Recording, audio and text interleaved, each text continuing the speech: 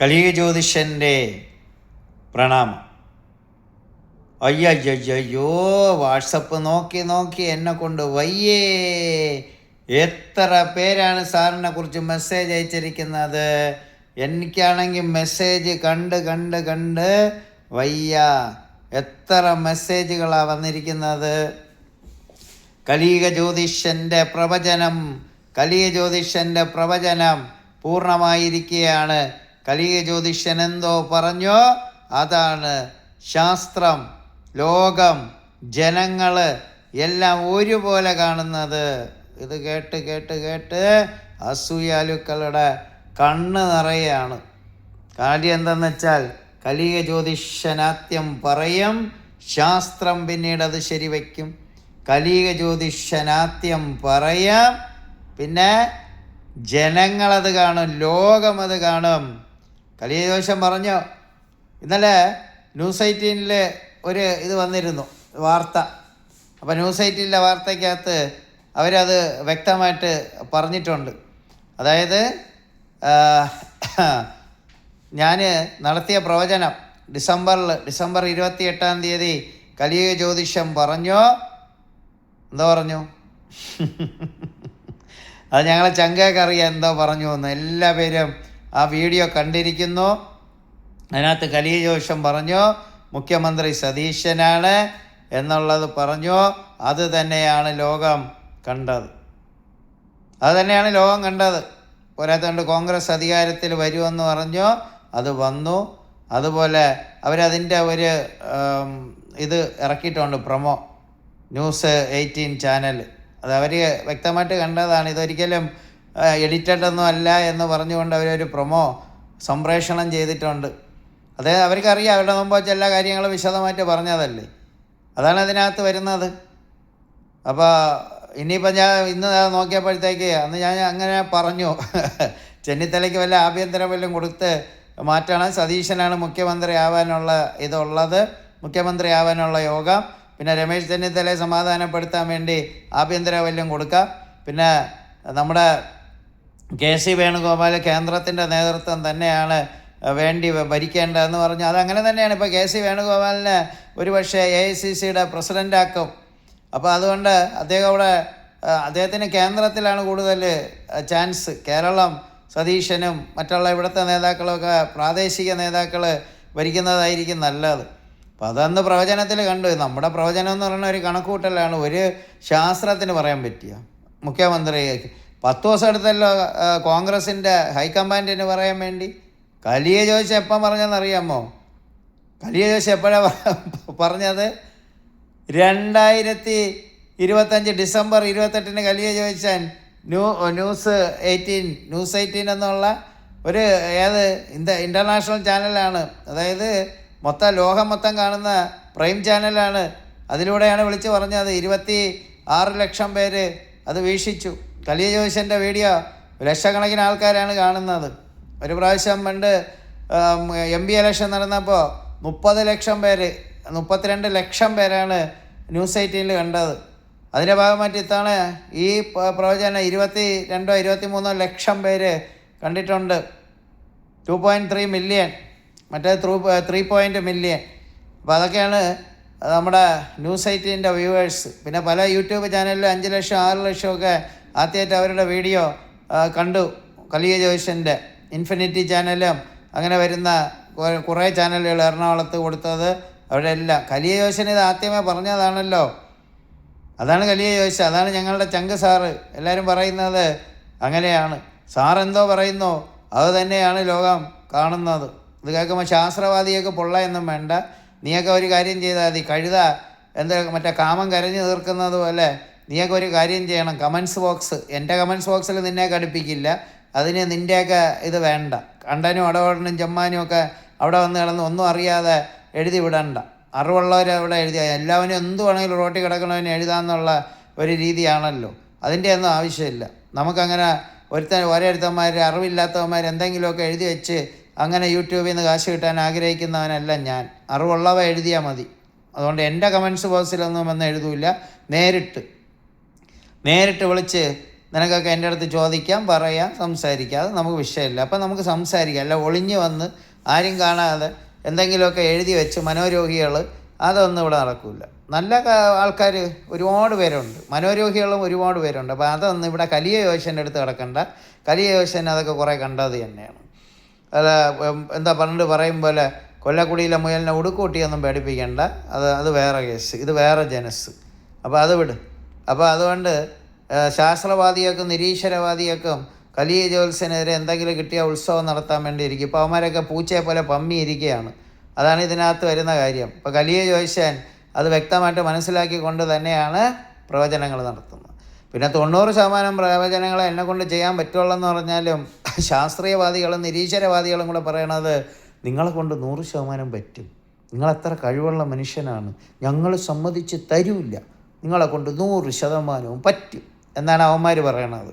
അവന്മാർക്ക് എന്നേക്കാളും കൂടുതൽ കോൺഫിഡൻസാണ്. ഞാനെപ്പോഴും പറയും 90% നമ്മളെ കൊണ്ട് പറ്റൂ, 10% ഭഗവാനെ കൊണ്ടേ പറ്റുള്ളൂ. അതായത് 100% അവകാശി ഭഗവാനും 90% മനുഷ്യരെ കൊണ്ട് ശരിയാക്കാൻ പറ്റും.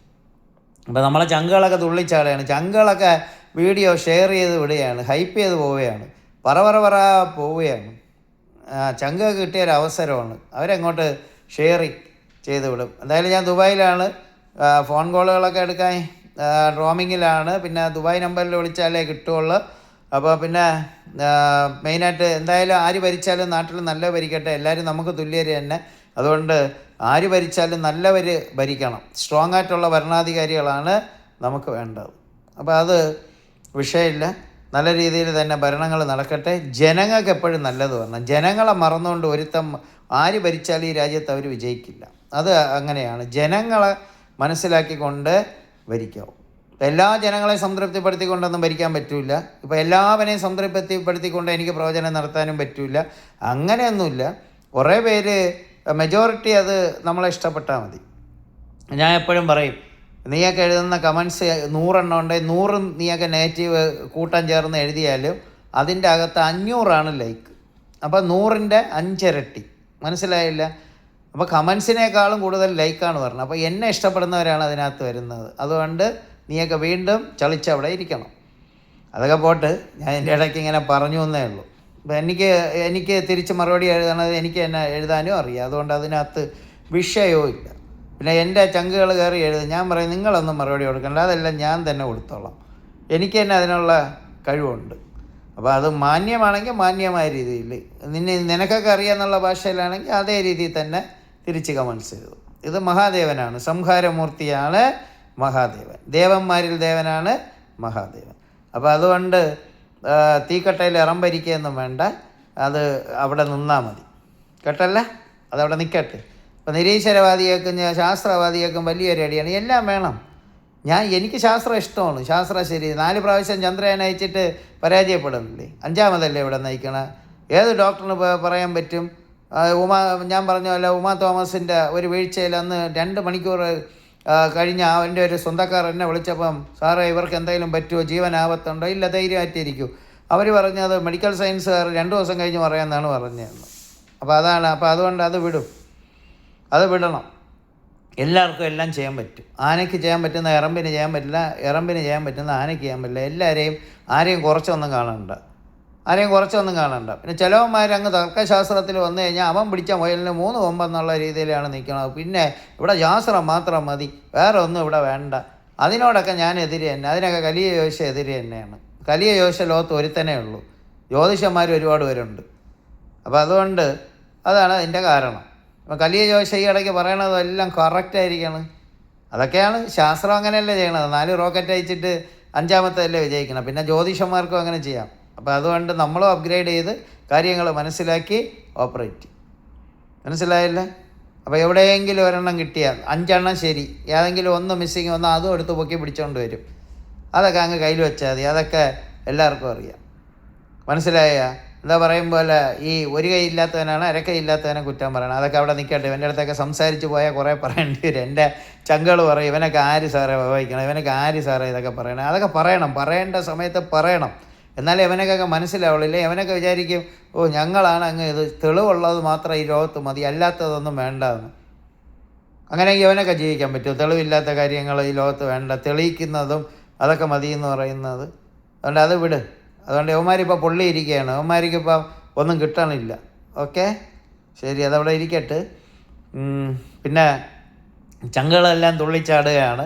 ചങ്കുകൾ അത് തന്നെ പറയുന്നത്, ചാനലുകാരൊക്കെ ഇടുന്നത് കണ്ടില്ലേ. ഇത് എന്നുവെച്ചാൽ യവന്മാർ നാളെ പറയും അത് എഡിറ്റഡ് ആയിരിക്കും, ഇത്ര കറക്റ്റായിട്ട് കലിയ ജോയിഷൻ പറഞ്ഞു, കോൺഗ്രസിൻ്റെ ഹൈക്കമാൻഡിന് പറ്റില്ല, അതുപോലെ എല്ലാ കാര്യങ്ങളും വളരെ വ്യക്തം, മുഖ്യമന്ത്രിയെ കണ്ടുപിടിക്കാൻ തന്നെ കലിയ ജോയിച്ചൻ അത് പറഞ്ഞു, അത് തന്നെയാണ് ലോകം കാണുന്നതെന്ന് നമ്മളെ ചങ്കുകൾ പറയും. പിന്നെ വിമർശിക്കണവന്മാർ പതുക്കെ അപ്പുറത്ത് പോയി പറയടേ കലിയ ജോയിച്ചുണ്ട് കേട്ടോ, അവൻ പറഞ്ഞതാണ് കേട്ടോ, അവനെതിരെ നല്ല ബാഡ് കമൻസുകളൊക്കെ എഴുതിക്കോ എന്ന് പറയും. എടാ നീയൊക്കെ ആരെന്ത് ചെയ്താലും എന്നെ അറിയാമെന്നുള്ളവന് എനിക്കറിയാം, എന്നെ അറിയാമെന്നുള്ളവർക്ക് എനിക്കും അറിയാം, എന്നെ അറിയാമെന്നുള്ളത്. ദിവസം പ്രതി കലിയ ജോയിച്ചൻ്റെ അടുത്ത് ആൾക്കാർ കൂടി വരുന്നതേ ഉള്ളൂ, കുറയുന്നില്ല. അവർക്കറിയാം എന്താണ് സാറ് എന്നുള്ളത്. ഇനിയിപ്പോൾ സാറെന്ന് കേൾക്കുമ്പോൾ അവന്മാർക്ക് പൊള്ളും. പൊള്ളയാണെങ്കിൽ നീയൊക്കെ അങ്ങോട്ട് മഴയത്ത് പോയി നിന്നാൽ മതി കേട്ടല്ല. അപ്പം അത് വിട്. എടാ കഴിവുള്ളവനെ ആർക്കും പിടിച്ചു കെട്ടാൻ പറ്റില്ല. കഴിവുള്ളവൻ വളർന്നുകൊണ്ടേയിരിക്കും. നീയൊക്കെ കൂടെ തന്നെയാണ് എന്നെ വളർത്തിയത്. അപ്പോൾ അതുകൊണ്ട് ഇപ്പോൾ ഇവന്മാർക്ക് ഐഡിയ അത് മനസ്സിലായി. ഇപ്പോൾ ഇവന്മാർ വീഡിയോ ഒന്നും ഷെയർ ചെയ്യില്ല. പണ്ടാണെങ്കിൽ ഇവന്മാർ അതിനെ വെച്ച് ഇതാക്കാക്കും. പിന്നെ മനസ്സിലായി അത്രയും ആൾക്കാർ ഇവൻ്റെ അടുത്ത് എത്തിപ്പെടും. അപ്പോഴത്തേക്ക് പിന്നെ ഇവൻ്റെ കഴിവ് തെളിയിക്കും. അപ്പോൾ അവിടെ ഇത് വരും. ഇവന്മാർ പഠിച്ച സ്കൂളിലെ പ്രിൻസിപ്പളാണ് കലിയ ജോയിച്ചനെന്ന് ഇവന്മാർക്ക് അറിഞ്ഞൂടല്ലോ. അപ്പോൾ അതവിടെ ഇരിക്കട്ടെ. അത് അതിൻ്റെ രീതിയിൽ പറഞ്ഞു എന്നേ ഉള്ളൂ.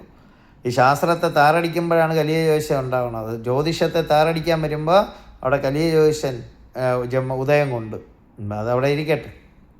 അപ്പോൾ ഞാൻ ഇപ്പോൾ ദുബായിലാണ് ഉള്ളത്. ദുബായിൽ ഒരുപാട് സഹോദരങ്ങൾ വിഷമം അനുഭവിക്കുന്ന ഒരുപാട് സഹോദരങ്ങൾക്ക് കാര്യങ്ങൾ പറഞ്ഞ് മനസ്സിലാക്കി അവർ ആത്മധൈര്യം കൊടുത്ത് അവരെ ഉയർത്തിക്കൊണ്ടുവന്നു. അപ്പോൾ അതിലൊക്കെ എനിക്ക് വളരെയധികം സന്തോഷമുണ്ട്. ഒരുപാട് പേര് എൻ്റെ അടുത്ത് വരുന്നുണ്ട്. അപ്പോൾ അതെല്ലാം വന്നവർക്കെല്ലാം അതിൻ്റെ കാര്യങ്ങൾ അറിയാം. എല്ലാവരെയും തുല്യരായിട്ട്, ജാതി മത ഭേദമന്യേ സർവരെയും കലിയ ജ്യോതിഷൻ തുല്യനായിട്ട് തന്നെയാണ് കാണുന്നത്. അത് ഇനി അങ്ങനെ തന്നെ, അത് എന്നെ ഭഗവാനെ ഏൽപ്പിച്ച ദൗത്യമായിട്ട് ഞാൻ മുന്നോട്ട് പോകും. ഓരോരുത്തർക്കും ഓരോ ദൗത്യം ഏൽപ്പിക്കും, ആ ദൗത്യത്തിലൂടെ മുന്നോട്ട് പോകും. അവർക്ക് കാവലാറ്റ് ആ ദൗത്യം ഏൽപ്പിച്ച ദൈവങ്ങൾ നിൽക്കും. അതുകൊണ്ട് അതവിടെ നിൽക്കട്ടെ. പിന്നെ ഞാൻ 6-ാം തീയതി എറണാകുളം ഓഫീസിൽ കാണും. പിന്നെ 8-ാം തീയതി നമ്മുടെ പാലക്കാട് ഓഫീസ്, 10-ാം തീയതി താമരശ്ശേരി സിറ്റി മോൾ. അപ്പോൾ ഇതിലേക്ക് അപ്പോയിൻമെൻറ്റ് എടുക്കേണ്ടവർ ദയവ് ചെയ്ത് കോൾ വിളിക്കുന്നതിനേക്കാളും വാട്സപ്പ് ആഡ് ചെയ്തിട്ട് അതിലൂടെ വിളിക്കാം. 9746560562, അതായത് 97 46 560 562. അപ്പോൾ ഈ നമ്പറിൽ വാട്സപ്പ് ഉണ്ട്. ഓൺലൈൻ കൺസൾട്ടിംഗ് ഉണ്ട്. ഒരുപാട് പേരിപ്പം ഓൺലൈൻ കൺസൾട്ടിങ്ങിന് വരുന്നുണ്ട്. അപ്പോൾ അവർക്ക് എളുപ്പമായി. ഒരുപാട് പേര് ഇതുപോലെ വന്ന് അവിടെ വെയിറ്റ് ചെയ്ത് എന്നെ കണ്ടിരിക്കാൻ കുറേ സമയം. ഇപ്പോൾ എറണാകുളത്തൊക്കെ പറഞ്ഞവർ രാവിലെ 10 മണിക്ക് വന്നാൽ ചിലർ 5 മണിക്കൊക്കെ ആയിരിക്കും പോണത്. അപ്പോൾ അവരെ സംബന്ധിച്ചോളം ഓൺലൈൻ ആകുമ്പോൾ എളുപ്പമായി. 10 ദിവസം എടുക്കും ഓൺലൈനിൽ കിട്ടാൻ വേണ്ടി. അപ്പം സ്വാഭാവികമായിട്ടും ഓൺലൈനിലൂടെ കുറേ പേർക്ക് നോക്കാം. ലോകത്തിൻ്റെ എവിടെ നിൽക്കുന്നവർക്ക് ഓൺലൈനിലൂടെ കൺസൾട്ടിങ് കിട്ടും. പിന്നെ നേരിട്ട് വരുന്നവർ ചിലർ പറയില്ല, ഞങ്ങളെ ചങ്ക് സാറിനെ ഞങ്ങൾക്ക് നേരിട്ട് കാണുന്നതാണ് ഇഷ്ടം, ഞങ്ങൾ നേരിട്ട് തന്നെ വന്ന് കാണും എന്ന് പറയും. അത് അവരുടെ ഒരു സന്തോഷം, അത്രയേ ഉള്ളൂ. പിന്നെ പറഞ്ഞവരൊക്കെ പരാതി പറയും, സാറ് ഉണങ്ങിപ്പോയാ എന്ന്. ഞാൻ ശരിക്കും ഈ വീഡിയോയിൽ കാണുന്നത് പോലെ അത്ര തടിയൊന്നുമില്ല. സാധാരണ നോർമലായിട്ടുള്ള ഹൈറ്റും വെയിറ്റും ഒക്കെ തന്നെ. ഒരു 90 കിലോ വെയിറ്റേ ഉള്ളൂ. പിന്നെ ഒരു 168 അങ്ങനെയുള്ള 170 ഒരു ഹൈറ്റേ ഉള്ളൂ. അപ്പോൾ അതുകൊണ്ട് നിങ്ങളങ്ങനെ പേടിച്ചുകൊണ്ട് അത് ക്യാമറ ഇങ്ങനെ കയ്യിലെടുത്ത് വെച്ച് ഇവിടെ എഡിറ്റിങ്ങും കാര്യമൊന്നുമില്ല. ഉള്ളതിങ്ങനെ പറഞ്ഞുകൊണ്ടിരിക്കണം, ക്യാമറയിൽ റെക്കോർഡായിക്കൊണ്ടിരിക്കണം, അത്രയേ ഉള്ളൂ, അല്ലാതെ വേറെ ഒന്നുമില്ല. പിന്നെ ഞാൻ 23-ാം തീയതി വരെ ദുബായി കാണും. പിന്നെ ഇനി അടുത്ത ദുബായ് സന്ദർശനം എന്ന് വെച്ച് കഴിഞ്ഞാൽ ജൂൺ 16 മുതൽ ജൂൺ 30 വരെയാണ് ഇനി അടുത്ത ദുബായിലുള്ളത്. ദുബായിലുള്ളവർ വിളിക്കേണ്ട നമ്പർ 050 60 123 66. ഈ നമ്പറിൽ വാട്സപ്പും ഉണ്ട്. ഈ നമ്പറിൽ വിളിച്ച് അപ്പോയിൻമെൻ്റ് എടുത്തിട്ട് എന്നെ വന്ന് കാണാം. അപ്പോൾ ഇത് ആണ് ഇതിൻ്റെ അകത്ത് വരുന്നൊരു കാര്യം. പിന്നെ ഞാൻ പറഞ്ഞിട്ടുള്ള ഈ കണ്ടകശനിയിലുള്ള കഴിഞ്ഞവണ പറഞ്ഞു, ആ നക്ഷത്രക്കാർ അവരുടെ കാര്യങ്ങൾ മുൻകൂട്ടി മനസ്സിലാക്കി ഓരോ കാര്യങ്ങൾ ചെയ്ത് മുന്നോട്ട് പോകണം. പിന്നെ ഇപ്പം ഞാൻ പറഞ്ഞു, നമ്മുടെ ഉത്രാട നക്ഷത്രക്കാരനാണ് VD സതീശൻ എന്നാണ് ഫീഡ്ബാക്ക് ഉള്ളത്. ഉത്രാട നക്ഷത്രമാണെന്നുണ്ടെങ്കിൽ 2027 ജൂൺ മുതൽ കണ്ടാശനി തുടങ്ങും ഉത്രാടത്തിന്. അതും കൂടെ ഒന്ന് ശ്രദ്ധിക്കണം. അദ്ദേഹത്തിന് സ്വസ്ഥത കിട്ടാതാവരുത്. എല്ലാവരും ഒന്ന് സഹകരിക്കണം. കൂടെ നിൽക്കുന്ന പാളയത്തിൽ തന്നെ പടയുണ്ടാവാതിരിക്കാനോ വളരെ ശ്രദ്ധിക്കണം. അതും ഇതിനകത്ത് ഞെട്ടിക്കുന്ന ഒരു മുന്നറിയിപ്പ് തന്നെയാണ് തരുന്നത്. അതിനനുസരിച്ച് അദ്ദേഹം പ്രിപ്പയർ ആവണം. അപ്പോൾ അതും കൂടെ ഒന്ന് ശ്രദ്ധിക്കണം. അദ്ദേഹത്തിനാണെങ്കിൽ ഉത്രാട നക്ഷത്രത്തിനെ സംബന്ധിച്ചോളം അങ്ങനെ വരികയാണ്. അവർക്ക് കണ്ടകശനി വരും 2027 ജൂൺ മുതൽ. അപ്പോൾ അദ്ദേഹം പ്രിപ്പയർ ആവണം. പിന്നെ സതീശനെ സംബന്ധിച്ചോളം തീ കുരുത്ത ഒരു വ്യക്തിയാണ്. അദ്ദേഹം പെട്ടെന്ന് വെയിലത്ത് വാടില്ല. എല്ലാവരെയും ഒരുമിച്ച് കൊണ്ടുപോകാൻ ശ്രമിക്കുന്ന ഒരു വ്യക്തി. കഴിവുള്ളവരെവിടെയും വിജയിക്കും. ശ്രീമതി ഇന്ദിരാഗാന്ധി ഉത്രാട നക്ഷത്രമാണ്. ചില സമയങ്ങളിൽ ഇവർക്ക് ചില പ്രയാസങ്ങൾ, ഇവരുടെ ചില ഡിസിഷനിൽ ചില പ്രയാസങ്ങളും ഉണ്ടാവാം. അപ്പോൾ അതിനനുസരിച്ച് അദ്ദേഹം നല്ലൊരു മുഖ്യമന്ത്രിയായിട്ട് മുന്നോട്ട് പോകട്ടെ. നല്ല രീതിയിൽ ജനങ്ങളെ വിശ്വാസത്തിലെടുത്ത് ജനങ്ങളുടെ സേവകനായിട്ട് മാറുന്നവർ മാത്രമേ ജനാധിപത്യ രാജ്യത്തുള്ള രാഷ്ട്രീയക്കാർ വിജയിക്കുകയുള്ളൂ. അത് ഉറപ്പായിട്ടുള്ള കാര്യമാണ്. ജനങ്ങളുടെ യജമാന്മാരല്ല, ജനങ്ങളാണ് യജമാന്മാർ. അങ്ങനെ കണ്ടുപോകുന്നവരെ ജനങ്ങൾ തോളിലേറ്റും. പിന്നെ ജനങ്ങളെ വോട്ടില്ലാതെ ഇവരാരും MLA MP ഒന്നും ആവാറില്ല. അപ്പോൾ അതും ഇതിനകത്ത് വരുന്ന ഒരു കാര്യമാണ്. അതുകൊണ്ട് അവർ ശ്രദ്ധിച്ച് നല്ല രീതിയിൽ പോട്ടെ. മുഖ്യമന്ത്രി സതീശനും എൻ്റെ ഹൃദയം നിറഞ്ഞ ആശംസകൾ, വിജയാശംസകൾ നേർന്നു. അതുപോലെ തന്നെ പ്രതിപക്ഷ നേതാവിനായ സഖാവ് പിണറായി വിജയനാണെന്നാണ് അറിയപ്പെടുന്നത്. അദ്ദേഹത്തിനും എൻ്റെ ഹൃദയം നിറഞ്ഞ ആശംസകൾ. പിന്നെ BJPയിലെ 3 അംഗങ്ങളുണ്ട്. അവരും ഒരു പ്രതിപക്ഷമായിട്ട് നല്ലതായിട്ടിരിക്കട്ടെ. അവർക്കും എൻ്റെ ഹൃദയം നിറഞ്ഞ ആശംസ. എന്തു വന്നാലും അത് ജനങ്ങൾക്ക് നല്ലതായിട്ട് വരട്ടെ. എല്ലാ പേർക്കും കേരളം എൻ്റെ പെറ്റമ്മയാണ്. ലോകത്തെ മറ്റുള്ള സംസ്ഥാനക്കാരും മറ്റുള്ള രാജ്യക്കാരും ഒക്കെ എന്നെ നെഞ്ചിലേറ്റി ഇരിക്കുമ്പോഴും കേരളമാണ് എൻ്റെ പെറ്റമ്മ. ബാക്കിയുള്ളതെല്ലാം എൻ്റെ വളർത്തമ്മയാണ്. പണ്ട് ഞാൻ റിലയൻസിൽ ഷിഫ്റ്റ് എഞ്ചിനീയറായിട്ട് ജോയിൻ ചെയ്യുന്ന സമയത്ത് ഞാൻ പറഞ്ഞു, മഹാരാഷ്ട്രയും ഗുജറാത്തും ഒക്കെ എനിക്ക് വളർത്തമ്മയാണ്, പെറ്റമ്മ കേരളമാണ്. കേരളത്തിൽ എല്ലാ പേർക്കും നല്ലൊരു ഭരണം ഉണ്ടാവട്ടെ. അതാര് ഭരിച്ചാലും നല്ലതായിട്ട് തന്നെ സംഭവിക്കട്ടെ. ഹര ഹര ശംഭോ മഹാദേവ്, ശിവ ശിവ ശംഭോ മഹാദേവ്.